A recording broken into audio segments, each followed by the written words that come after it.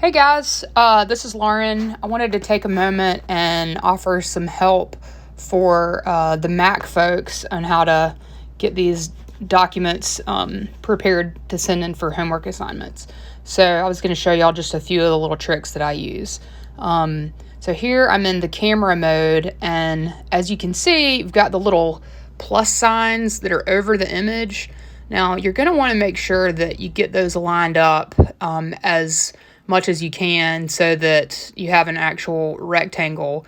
But just to show you how some of these tools work, I'm actually not going to do that. Let's start with this. And as you can see, we don't have a rectangle. We have,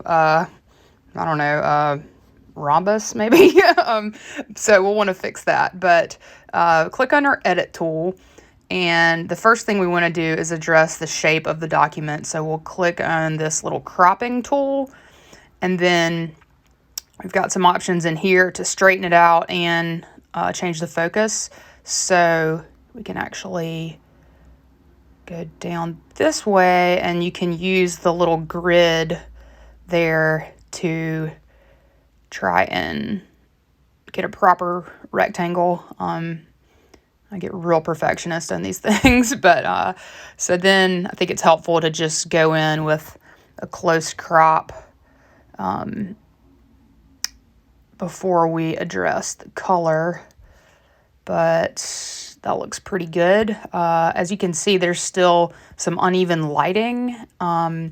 And if you write in pen on these things, you might even have ink coming through on the other side. So we're going to try to address that too. So click on your edit tools again. And first we'll go to shadows and move it to the right.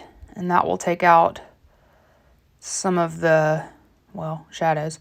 And then I like to use the brightness tool. I want to get more light in there, enough so that the goal here is to have things as close to straight up black and white as possible.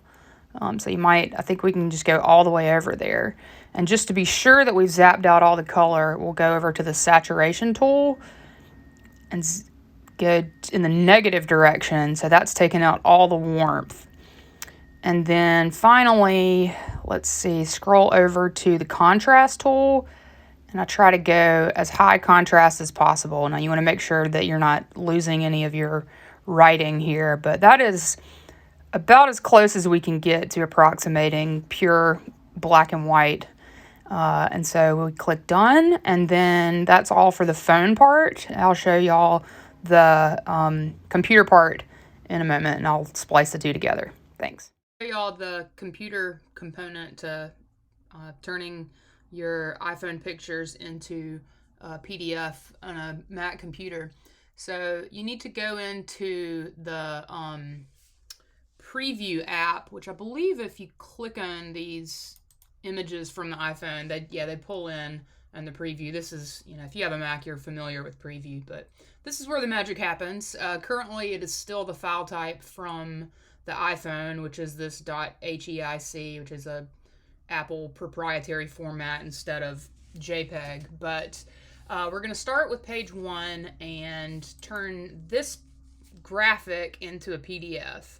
So we're going to go to export as PDF, and we'll call it homework all. Save.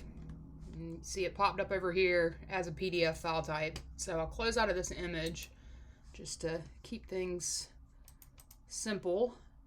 Double click on the PDF we just created. So now we just need to pull in the other pages, which are still image files.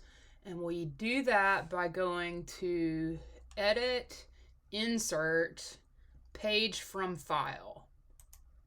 I'm going to click on that, and then we've got page 2 here. Open. All right, so it's added another page 2 here. And then we're going to do that one more time. So file, edit, insert, page from file. We'll grab that third image file, pull that in, boom. Got 3 pages here, consolidated into one document. So now we need to export it again as PDF. Let's see. All right, save, replace that. Okie doke. Now we'll open that back up just to make sure. Then you can scroll through and see that you have all 3 pages there. So then you just need to zap it on over to Professor Cape Look. That's it. I hope this was helpful.